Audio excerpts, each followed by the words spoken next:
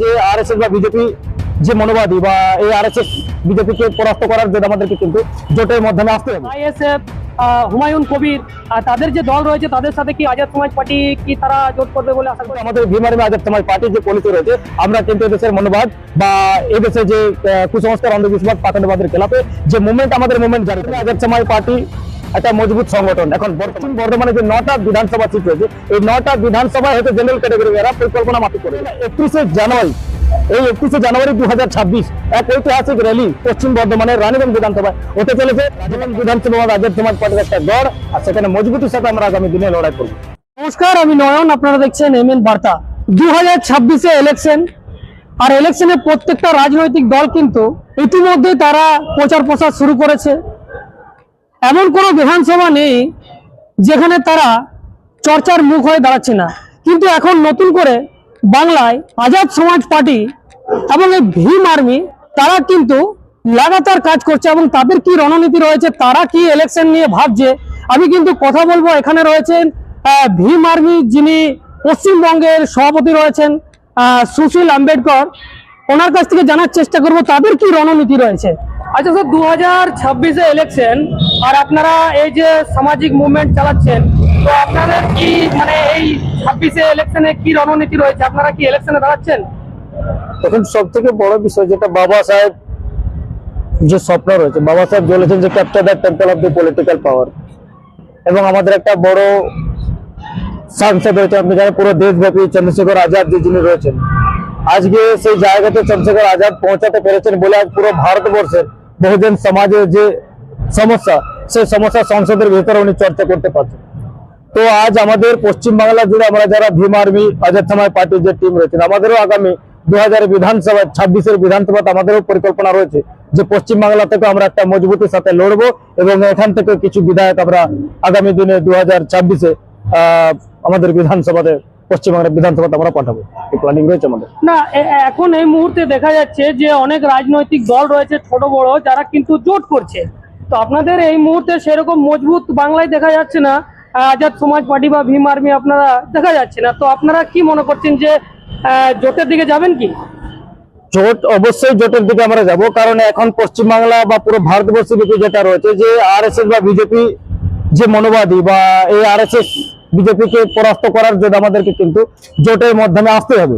যদি কেউ জোট করুক না করুক, কিন্তু আমাদের ভীম আর্মি আজাদ সমাজ পার্টির যে পলিসি রয়েছে, আমরা কিন্তু এদেশের মনোবাদ বা এদেশে যে কুসংস্কার, অন্ধবিশ্বাস, পাখণ্ডবাদের খেলাফে যে মুভমেন্ট, আমাদের মুভমেন্ট জারি থাকবে। এই মুভমেন্টে যদি আমাদের জোট সমর্থন করে, কেউ যদি সাপোর্ট করে, আমরা কাঁধা কাঁধা মিলে সেই জোটকে গ্রহণ করব, এবং আগামী দিনের লড়াইটা আমরা কিন্তু লড়বো জোট।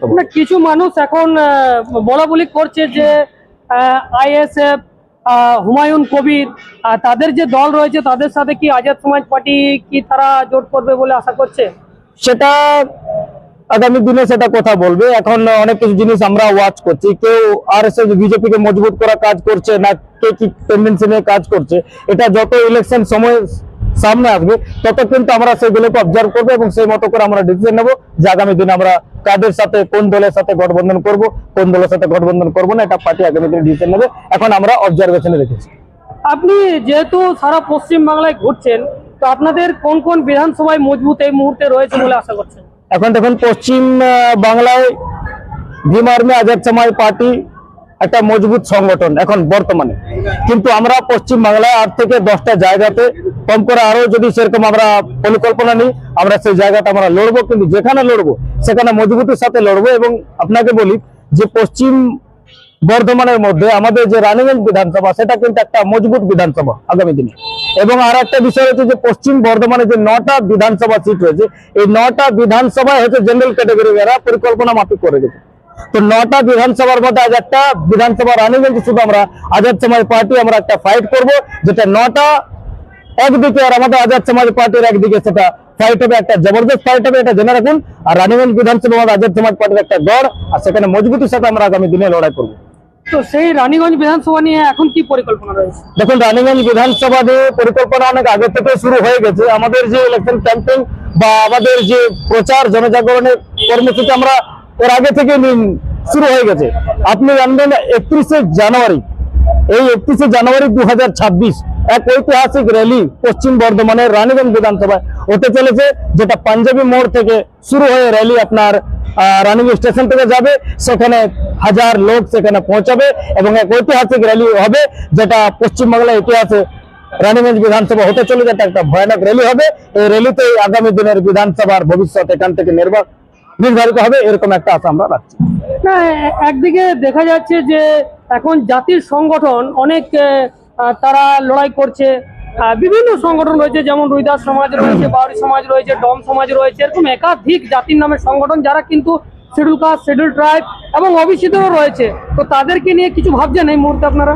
দেখুন, যতগুলো জাতিবাদী সংগঠন আছে যারা সমাজে আম্বেদকরবাদী বিচারধারা নিয়ে রয়েছে, তাদের সাথে আমাদের কথাবার্তা চলছে যে আপনারা সে একটা জায়গাতে আসার এরকম প্ল্যানিং রয়েছে এবং গ্রিন সিগন্যালও দিয়েছে। হয়তো ফ্রন্টে নয়, কিন্তু একটা সাইলেন্ট ভোটার হিসেবে কিছু কাজ করছে আমাদের এরা। তো এরকম একটা মাহল তৈরি হয়ে গেছে, আগামী দিনে একটা হাড্ডাহাড্ডা লড়াই হবে এই আশা রাখছে। এবং প্রত্যেকটা জাতিবাদী সংগঠনরা আমাদের ভীম আর্মি আজাদ সমাজ পার্টিকে সমর্থন এরা দিয়েছে।